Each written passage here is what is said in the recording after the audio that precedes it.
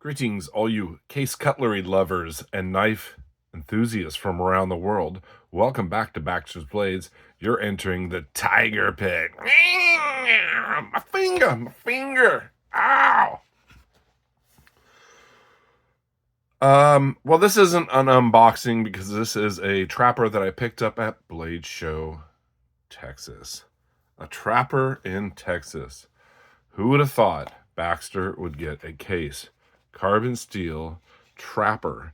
This is the Autumn Bone Deep Canyon Jig Trapper 11/2024. That's November of last year. Smoky Mountain Knife Works exclusive. I have the Barlow. I've showed it before in a video. I'll probably show it again in this video.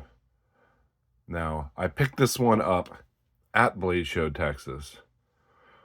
Why? Well, this has kind of always been in the back of my head. I had the Barlow. The Barlow kind of was a muddy swamp. It did have some orange, and I was reluctant to order this because these are pricey. I think they're $82.99, not including tax. And usually I get discounts on my trappers, and I'm lucky to get them under $60 all day long. So paying almost $90 for this, I didn't want to order it from Smoky Mountain Knife Works in fear that I would get a muddy swamp. Now, the joy of going to Blade Show is they had a booth there, and they were actually willing to pull out, I think it was 3 knives at a time to show you, and you could pick the best fit and finish or whatever you liked. This one had beautiful, pretty much centered blades, really nice back spring, and a beautiful Smoky Valley sunset. It almost looks like a little green here. And then on the pile side, you can see this light's not that good. This is almost like it's a deeper orange getting into almost red. And then you have these lighter patches. Beautiful, of course, 1095 carbon steel. Very nice snap, great fit and finish. First knife I picked up at Blade Show, and the Spay Blade. And I'm glad I had this on me because when I was talking to Andy Armstrong about Spay Blades and trappers, he asked me what I liked about his Spay Blade, because I prefer the Rosecraft Spay Blade actually over this Spay Blade, and I was able to bust this out and explain it to him. That's what this video is not about, that, but was very glad I had this on me. And he actually said, extremely beautiful bone. Of course, he's a Tennessee. They love their orange bones. I'm not from Tennessee. I love just this beautiful orange bone. So let's bust out my Barlow. Where is it? There you go. Look at, to me, that's a muddy swamp. Now there is some orange on the show side. It may lighten up over time, but you can see this trapper has much more orange. I opted for the Barlow first because the stamp is much bigger on the front bolster compared to this little teeny carbon 1095 stamp. The pile side is pretty decent on this, though. But this is what happens when you order a knife online. Now, you can't just exchange it for another one at Smoky Mountain Knife Works. You have to basically return it and order another one. I could have did that and gotten the same thing. So it was very nice at Blade Show to be able to go through quite a few. And I almost got the 75 Stockman, but I went through 3, and those 3 I really wasn't enthusiastic about.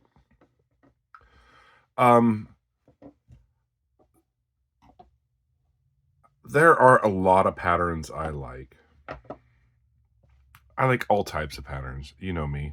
A trapper is one of my favorite, even with a Spay Blade. I generally use the clip point. It's just so cool.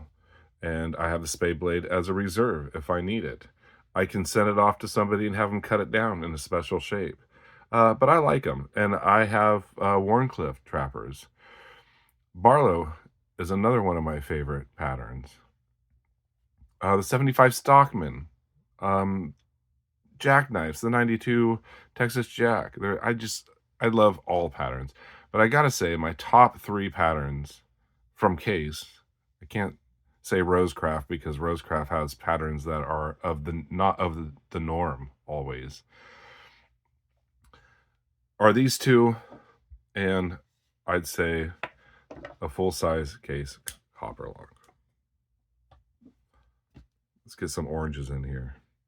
And the full-size Case copper lock comes in many flavors. You also have the Wharncliffe.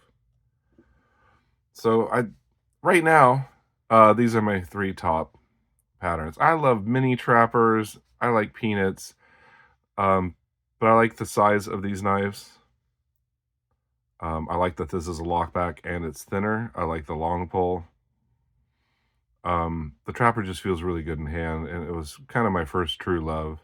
And then I was never really into Barlows. I thought they were kind of small, but I've gotten into them, and it's a good, small, nice knife.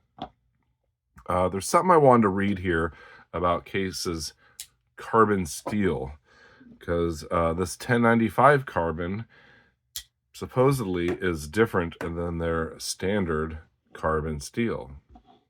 So 1 second. Okay, we're back. So at Blade Show, Case had their 2025 product guide, a nice, thick, beautiful catalog. And there's something I want to read here. You open up to the first page and they have pattern guides, steels, a bunch of stuff in here. But under chrome vanadium, their original old school steel is a high carbon 1095 steel containing some chromium for better hardening and vanadium to aid in the honing process or bonding process, excuse me. And Case has been using it for over 135 years. So you go down to their carbon steel. Their carbon steel, or 1095 steel, is part of a class of steels where carbon is the principal alloy element that gives the steel high tensile strength, wear resistance, and toughness, closely resembling our CV blades. So there you go. Both of those said they are 1095 steel. Very interesting.